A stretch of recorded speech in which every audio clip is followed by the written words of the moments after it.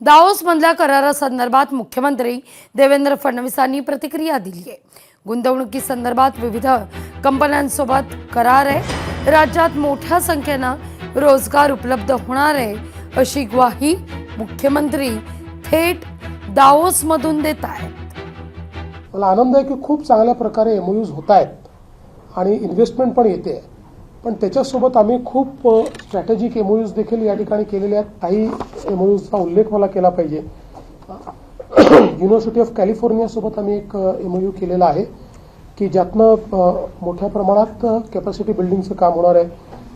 University of Berkeley सोबत आम्ही MOU केला आहे। टेक्निकल युनिव्हर्सिटी ऑफ म्युनिक सोबत आम्ही एमओयू केला आहे। अर्बन फ्युचर्स कलेक्टिव्ह लंडन यांच्यासोबत आम्ही एमओयू केलेला आहे।